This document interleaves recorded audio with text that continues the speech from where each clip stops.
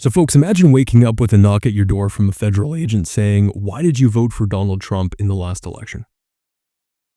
And demanding to look through your social media history because they suspect that you might have committed a hate crime. This is not hyperbole. This is the future that Democrats are openly plotting right now. And I'm going to play you the video. You don't have to take my word for it. They are openly plotting to create a system with no mercy, no leniency, just raw political revenge when they get back into power. And they will weaponize the DOJ against everybody. Everybody that voted for Donald Trump, everyday patriots, Elon Musk, Joe Rogan, they will make examples out of people. Literally anybody who dared stand for America first. And this isn't about justice for them. This is a purge. This is a purge of the political system to get rid of people that they do not want, to get rid of people that have.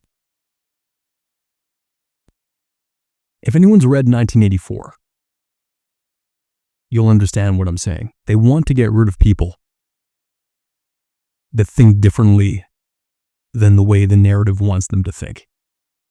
They want to create a one-party state where dissent is a crime. Anyways, here it is. This is straight from Jim Acosta and his guest. This lays out the blueprint. This is what they're trying to do. But make no mistake, this isn't just Jim Acosta saying this. Gavin Newsom literally the other day echoed virtually the exact same thing. Gavin Newsom, by all accounts, is one of the top-level Democrats. If he's saying it, there's a reason why. Tsunami means that Congress is going to haul Elon Musk, big balls, and a bunch of other people's ass in front and say, what crimes did you commit? And it's going to get really serious. And the same with Trump, because I believe, and this is just my opinion, that Trump and all of the bottom-feeding morons surrounding him and Elon Musk and all the bottom-feeding Klingeroners that surround him, I think they commit crimes every day. And I think to reconcile all of this is going to take hardcore, not integrity Democrats. Fuck you, Democrats. Fuck you for fucking over our country. We are serious about this. We are prosecuting. We're going to uncover every document, every phone call, everything you did. We will be relentless about it. And that's the mindset they've got to have, because I think the electorate is going from, we've got to get him out, but also we want accountability. There has to be accountability. You have to have a situation where there's accountability. And I talked about this the other day with Fanone, the former MPD police officer who almost got killed on January 6th. You know, he said, and I think it's true, that it's more than just the Dems win back the Congress and the White House. We have to change this John Roberts Supreme Court decision that gave the President of the United States a blank check. No man or woman should be above the law in this country. And Donald Trump sure as shit should not be above the law in this country. And I think the Democrats have to talk about it in these terms, that, listen, if we get back in there, and I'm not saying I'm part of the Democratic Party, but I'm saying that this is the way the Democrats should communicate. They should say when they're back in there, if you guys are going to cling to this idea that Donald Trump is unaccountable, it's just not going to work. And that means adding seats to the Supreme Court so that immunity decision can be overturned, and so Donald Trump can be held accountable for his crime. So there it is, and the Democrats aren't even hiding it anymore. They're literally salivating over the chance to turn the full force of government against half the country. They want to prosecute Trump. They want to prosecute Elon Musk. They want to prosecute anybody who they perceive helped Donald Trump and his administration get into power.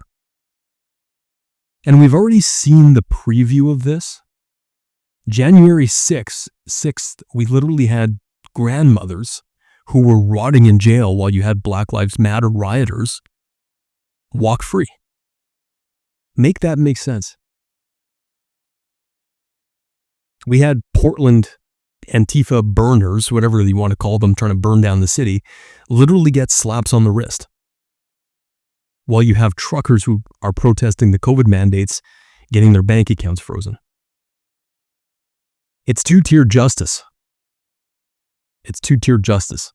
It's a justice system for one half of the country and a justice system for the other half of the country.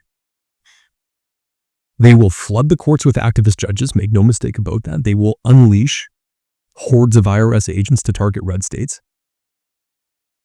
They will rewrite laws to criminalize patriotism. They're already doing this in other states. They're already trying to abuse the constitutional First Amendment freedom to say what you want by criminalizing speech against Israel. Think about that. But this is what happens. This is what happens when you let globalists and their media puppets run wild. They hate the American strong borders. They hate real families. They hate free speech. It threatens their power grab. They hate God. And under them, we'd slide into Venezuela 2.0. We have hyperinflation from mass, endless spending, speech codes enforced by Palantir and big tech, and a ruling class that gets to jet to Davos and then blame you for climate change. I mean, seriously, when are people going to say enough is enough? But here's the truth. I mean, they're terrified. And this is the point that I really want to hammer home here. They're terrified because Trump won. And I'm not defending Trump. Okay, I have to really make this point clear. Trump has done things that I do not agree with. I don't agree with the Jeffrey Epstein stuff. Why are they not releasing the files? Why? Well, I think we all know the reason why, but still I don't agree with it. You know, why is he cozying up to Benjamin Netanyahu and doing the bidding of Israel? I don't know. I mean, well, I do know. But I don't like it. But that's not why they're mad. Okay, they're mad because people voted for Trump, which is indicative of millions of people seeing through the scam. You know, Trump represented the antithesis of the political system that they wanted to create, or that they've been trying to create for so many years.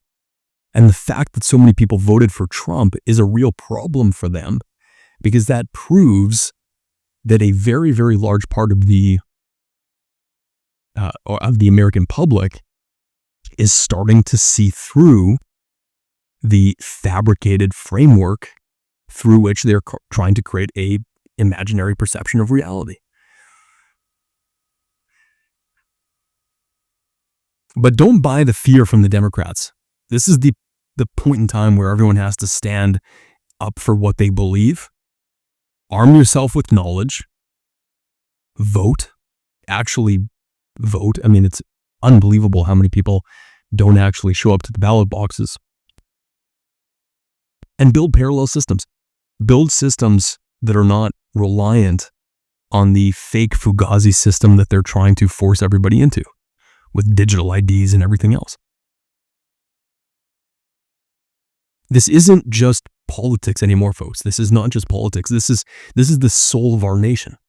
And if we let them win, if we let them win, you can kiss whatever sense of liberty and freedom you have left goodbye, because you will never get it back. There are few truths that are more poignant than the one I will tell you right now. And that is, once government takes something, in other words, once they adopt a new level of control that they can wield, they will never, ever let it go. They will fight tooth and nail before they give up some remnant of control that they have. So don't kiss liberty goodbye. Don't let them win. It's America first. It's America first, and that's it.